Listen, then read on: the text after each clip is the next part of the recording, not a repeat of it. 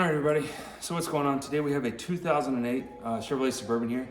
We're going to be doing the starter on it, and I'm also going to do the catalytic converters. That is the Y pipe that connects to the headers. Let's get this thing started. Please like, subscribe. This is a new channel, so any little bit of help would be greatly appreciated.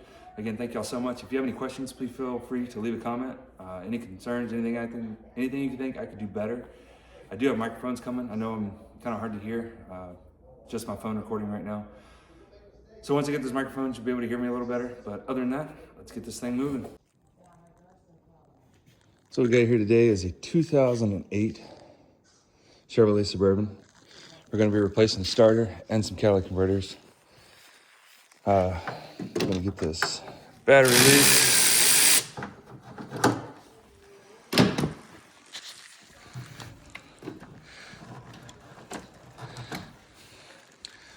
They tuck that down in there.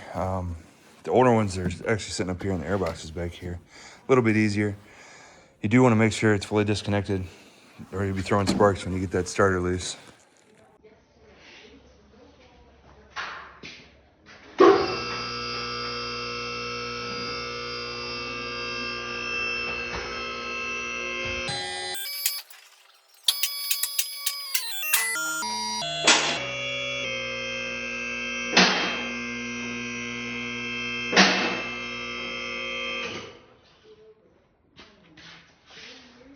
So I'm actually going to pull the wheels and the inner fenders, probably from both sides, at least the passenger side, because I'm going to do the starter and the exhaust on that side. That way you create a little more space. It's not much, but you get some light in there at least if you can't reach, and be able to see to get it from another way.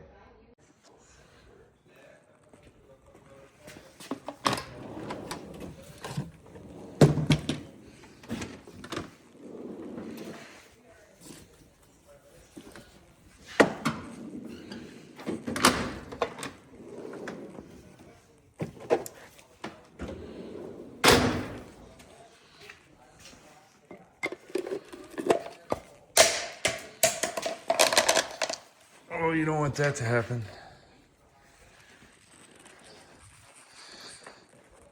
Get this other side off.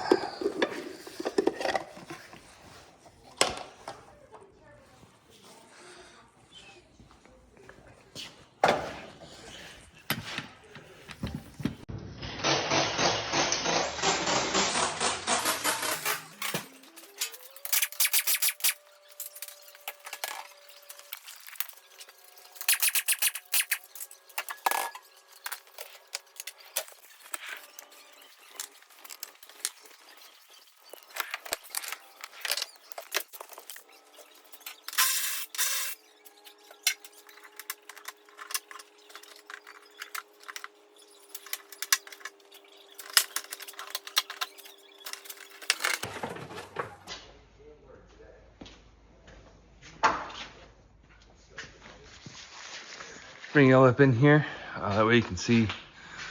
This is why we took that apart. You've got full access to the bolts up here on the exhaust, and there's your starter. These Tahoes, most of the Chevrolets and all that stuff that I've ever worked on, the exhaust manifolds are known to split right here in the middle, right about where that bolt is. They crack, they leak. So anytime I do one of these, I like to check those on both sides, whether it be an upsell to put the new headers on or take them down and weld them. If it's somebody you can help out or something that you can weld. So what I'm going to use is one of these little tiny pry bars. Just get this O2 sensor apart. Pull this little green tab. Hopefully it doesn't break on you. If you can get that up to get those apart. Just that easy.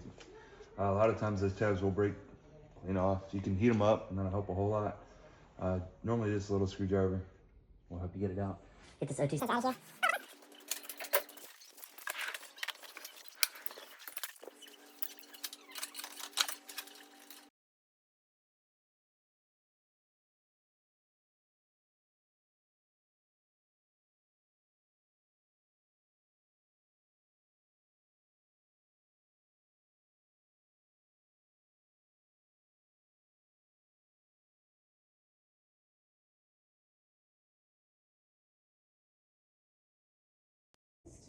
All right, everybody. So I got the O2 sensors out of the cat. These are the pre-O2 sensors. As you can see, the threads are galled up really bad on this one. The other side actually came out pretty good. So what I'm gonna do is I'm going to take my giant set of tap and dies from Cornwall. I won't use these one other time, but they live in my toolbox just for this reason. And I'm gonna clean these threads up. I'll get y'all set up so you can watch.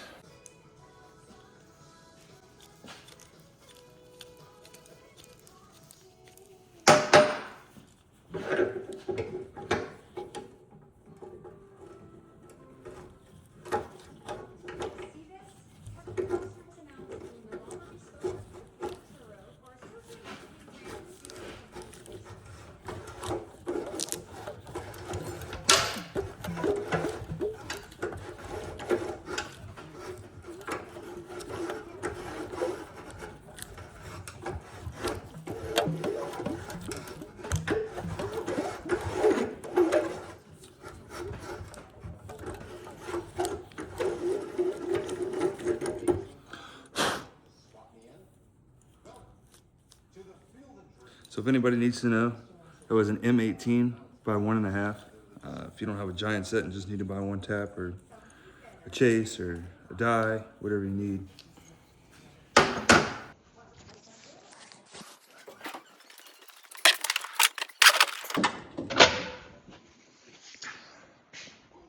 All right, everybody, so I'm gonna get these O2 sensors put in here because they're a little too tight to get out or in the truck. So I'll get the top ones put in and we'll put the bottom ones in after. And then we'll start getting this piping up into the truck and we'll see if it fits as good as the factory one did. Hope so. It's about a $350 unit from Harbor Freight. That's hilarious. From Rock Auto. Chevrolet wanted almost $1,800 for the catalytic converter setup. This customer just did not want to spend that kind of money on his truck. Granted, it's got roughly 200,000 miles on it. So if we can get it back on the road for $350 in parts plus labor, he's gonna be extremely happy. All right, everybody, so what we got going on here. This is the starter. We need to take out this little shield. It can come off. It's a little heat shield. And all I did to take that off, just put your thumb under this and pick up and it'll come right off of there. Next thing we're gonna do is take a 12mm. I've got a socket. Okay, so what I'm saying here is 12mm. That's actually a 13mm.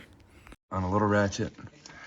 A lot of people like to take the starter loose before they actually get this out, but there's enough swing here, you can get a ratchet in there and it's still locked down, so you don't have to try to hold the starter and get your nut loose all at one time.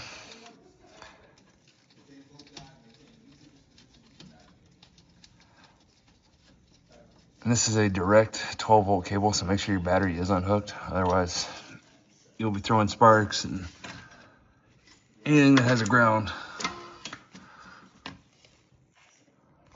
will throw sparks when that cable touches it. And you don't want to burn anything up. So we're going to switch from a 13mm to an 8mm. And this will be for our signal wire.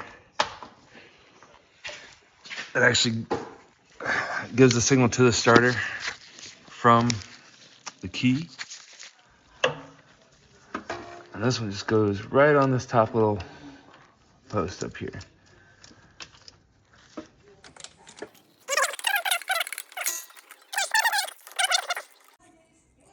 All right, so you can see we got both the wires off. I'm gonna come under here. There is a 10mm.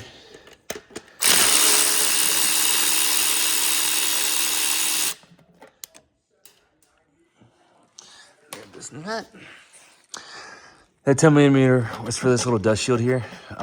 It's not necessary to take the starter off, but man, does it make it a whole lot easier. Once you get these 2 bolts right here loose, I believe the 13s, it will allow you to manipulate the starter a whole lot more and just give you more room to get it out. Okay, so what I got here is an impact, a 6-inch, 1/2 inch to 3/8 extension, and a 3/8 13mm socket. Try to give y'all the best view I can. I just use the 3/8 socket because it gives you a little more room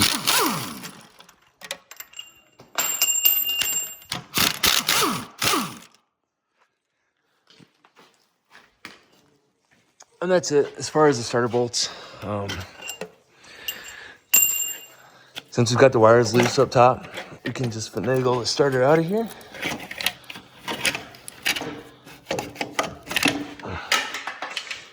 And now you see why it's so important to take this duster loose. If that wasn't loose, that would have fought us. It would not have gone back in. It probably wouldn't have came out. You can get them out. I have seen them, people get them out, and I've gotten them out without taking them out before I realized it. And a pry bar, just pushing the starter back. That 10 millimeter bolt just makes life a whole lot easier. All right, so we got both of our starters here, side by side. And the reason we're replacing this one right here actually, is because the Bendix was sticking. You can see the little wear on the teeth. The Bendix was staying out even after the vehicle was started, and it was making a racket. So we've got a brand new AC ductile here. That's actually a Napa reman, so it's been replaced once already. We got a nice Chevrolet part. We're gonna get this back in here, get everything tightened up, and that's it. I'll get back with you. All right, so we got the starter back in. Sorry I didn't show you all that. Forgot to record it. Get the two 13s back in and this one little 10 right here. These are about 35 foot-pounds. I just run them in with an impact. It's not too important that they're torque to spec. This one's just ran in with the ratchet. We'll get back up top here and we'll reconnect these wires. And I've got the truck on a lift. That's why I'm hopping up and down. So what I should have done before I put the starter in was take the new nuts and washers off. But I'll just take them off here where it sits now.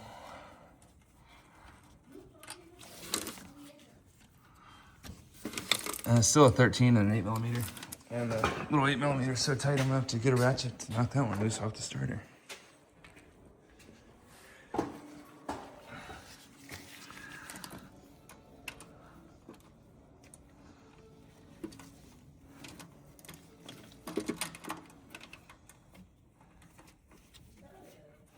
So we broke it loose. We should be able to just spin it off by hand.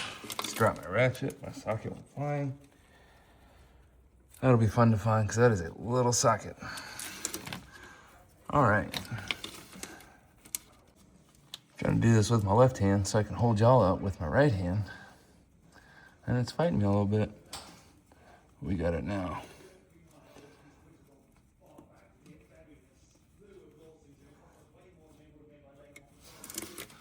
Okay, so we got 8 mil on there. Get our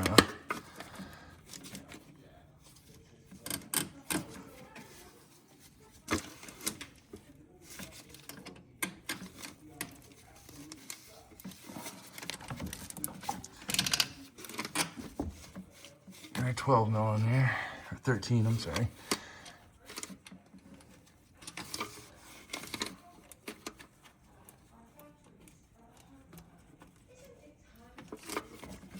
I'm just gonna use my battery ratchet to go back together with the 13. I'll still use a wrench or ratchet on the 8 millimeter. I don't want to break that set off, and this ratchet is stupid strong. And we'll snug that out with the ratchet, just a regular hand ratchet. I'm gonna have to find my 8 mil socket, so I'll bring y'all back in a moment. All right, so I got both the wires connected. The starter's back in. The dust shield's bolted back up. I'm gonna get this inner fender put back in place, and we'll get the truck lowered down and we'll hook the battery back up and we'll see if it starts.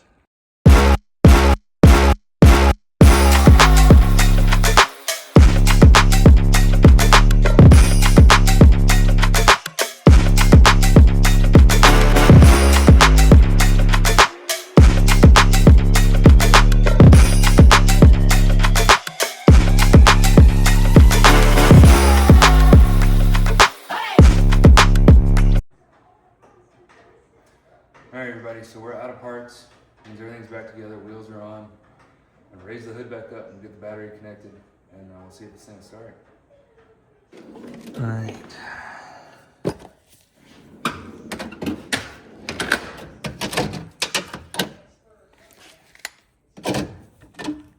I was in the wrong spot.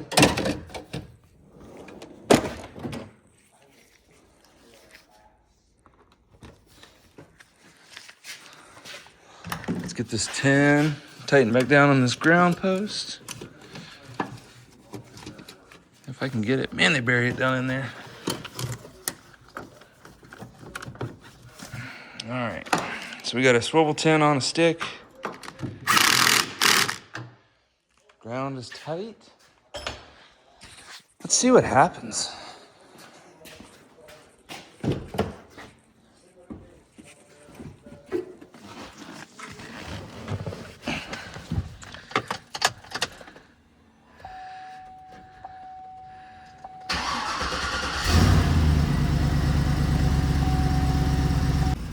All right, that's it. That's it for this one.